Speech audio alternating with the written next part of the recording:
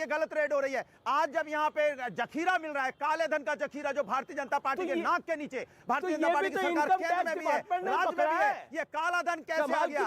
नोटबंदी के बाद काला धन कैसे आ गया? ये भारतीय जनता पार्टी जो 1700 रुपए वाला निकला वो तो आपका, जो 257 करोड़ रुपए वाला निकला वो मेरा नहीं है। लेकिन उस दिन रेड बीजेपी के इशारे पे हो रही थी, लेकिन पकड़े बीजेपी के लोग जा रहे हैं। सर ये सामान्य बात नहीं है। इसको चाय की दुकान पे मजाक में भी किसी को बोलेंगे तो वो मानेगा नहीं। पार्टी का काला एक सेकंड अनुराग एक सेकंड अनुराग, मैं अब अनुराग आपको मैंने भरपूर वक्त दिया अपनी बात को रखने का। अनुराग जो आप लॉजिक दे रहे हैं, इसको चाय की दुकान पर, वो जो शर्मा चाय वाला है लखनऊ में, उसकी दुकान के बाहर भी कोई इस लॉजिक को मानेगा नहीं।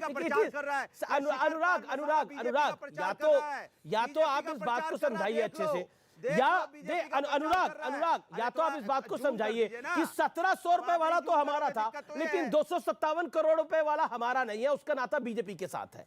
और उस दिन जो रेड थी वो भाजपा पढ़वा रही थी और अपने लोगों को पकड़वा रही थी। मेंबर नहीं है आप, नहीं वो समाजवादी का मेंबर नहीं है, आप गलत बोल रहे हो। क्यों झूठ बोल रहे हो? वो समाजवादी मेंबर है, क्या वो मेंबर की डिटेल तो आप लेकर आ रहे हो। का प्रवक्ता था, जब समाजवादी की बात होगी तो समाजवादी की बात होगी।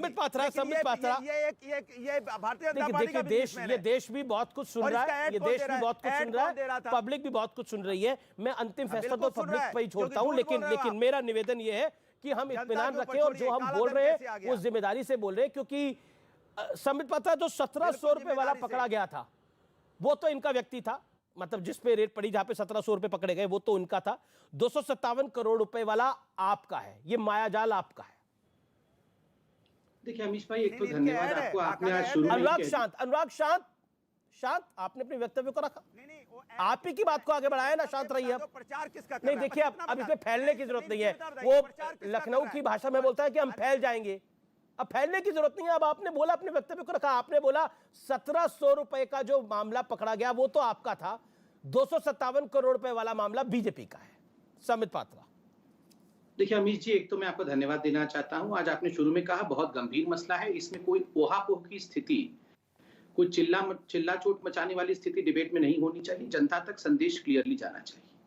अमीश भाई, याद करिए जिस दिन ये रेड पड़ रहे थे उस दिन समाजवादी पार्टी ने 2-3 चीजें स्पष्ट रूप से कहा था। एक तो उन्होंने कहा था बदले के भाव के साथ, राजनीतिक विद्वेष के भाव के साथ Bharatiya Janata party central agency का दुरुपयोग करते हुए ये रेड करा रही है।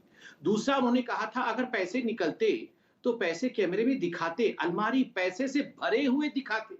ये जो बैठे हुए हैं अनुराग जी, वो खुद ही कह रहे थे अलमारी भरे हुए दिखाते। अब देखो अलमारी भरे हुए पैसे से दिखा रहे हैं।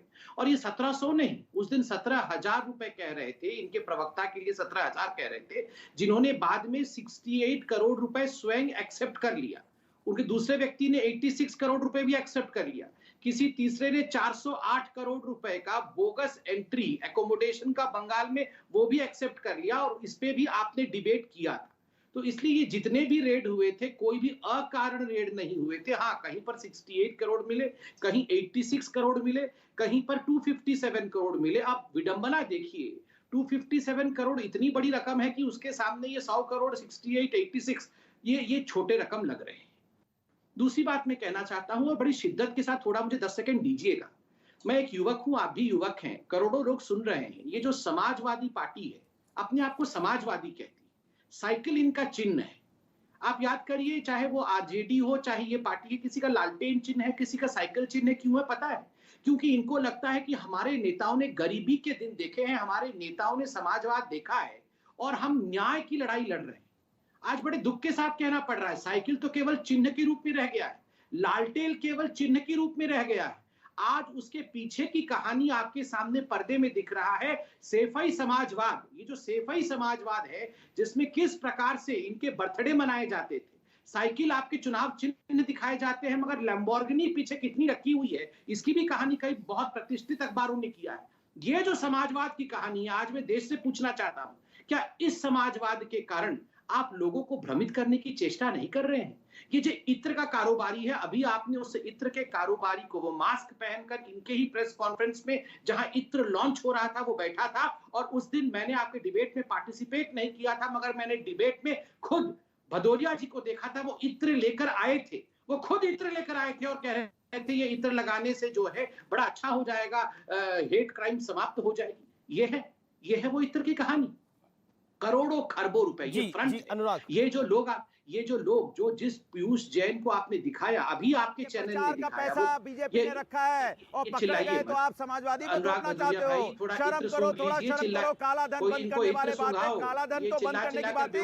काला धन तो यहाँ पे निकल रहे तिजोरियों में। ये काला धन कहाँ से आ गया? सरकार होते हुए आपकी सरकार है, केंद्र में भी, राज्य में भी, फिर ये काला धन कैसे आया है? बिना आपकी सहमति से आ सकता है क्या? यहाँ 20 लाख रुपए को लेके एक घर से दूसरे घर नहीं जा सकता। यहाँ पे 250-250 करोड़ रुपए कैश पाया जाता है। ये भारतीय जनता पार्टी के नाक के नीचे। और जो प्रचार कर रहा है भारतीय जनता पार्टी का, शिखर पान मसाला भारतीय जनता पार्टी का प्रचार कर रहा है, उसके घर में पैसा पाया जाता है और ये समाजवादी पे डालना चाहते हैं। शर्म करो थोड़ा सा। अपनी नाकामी छुपाने के लिए जनता को गुमराह कर रहे हो। अमीर जी सही कह रहे थे कि 500 रुपए के लोग परेशान हो जाते हैं, स्कूल का एडमिशन नहीं करवाते। आपने इतनी महंगाई कर दी है, बेरोजगारी कर दी है, महिलाओं पे अत्याचार कर दिया, लूट के पैसा अपने घरों में बंद कर दिया और लोग यहाँ बेरोजगार और महंगाई से जूझ रहे हैं, लोग आत्महत्या कर रहे हैं और आपने अनुराग देखिए, मैंने तो पहले ही निवेदन करा था कि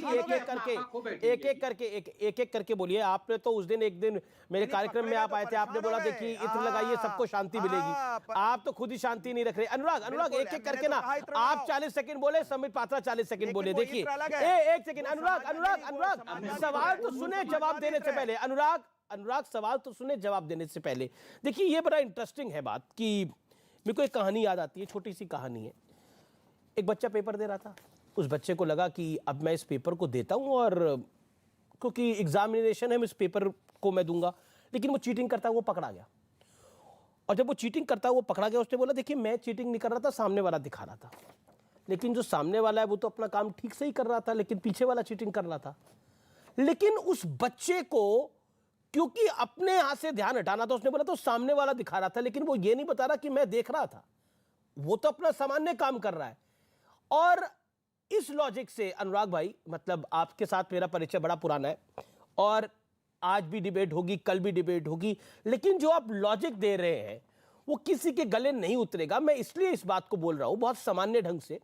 आप एक एक करके हम धागे को खोलते हैं, आप भी उसके लिए तैयार होंगे मुझे लगता है, क्योंकि आप भी चाहेंगे कि आपकी पार्टी से पूरी तरह से स्पष्टीकरण जाए। एक एक करके धागे को हम खोलेंगे, आप मेरे साथ तैयार हैं। समित मैं आपको मौका दे रहा हूं, आपको कम समय मिला है, मैं जान रहा हूं उस बात को, लेकिन आज अनुराग भदौरिया परेशान है और लगातार बोल रहे हैं और उनकी परेशानी की वजह शायद उनको लग रहा है कि उनकी मैं झूठ को रोक रहा हूं। हाँ बिल्कुल, आप झूठ फैलाया जा रहा है, उसको रोकने के लिए मैं बोल रहा हूं। अनुराग मैं तो वही कह रहा हूं कि आप परेशान हैं क्योंकि आप झूठ का पर्दाफाश करना चाह रहे हैं और मैं चाहता हूं अनुराग भाई, मैं चाहता हूं मैं आपकी मदद करूं। अनुराग भाई, अनुराग जी मैं चाहता हूं मैं इस झूठ का पर्दाफाश करने में आपकी मदद करूं। अनुराग सवाल सुनिए। अनुराग देखिए आप तो मुझे जानते हैं, मैं तो ऐसे कार्यक्रम नहीं करता। नहीं करो ना, शिखर वाला दिखा दो। अरे बिल्कुल सारा कुछ दिखा रहा हूं मैं, हर कुछ दिखा रहा हूं।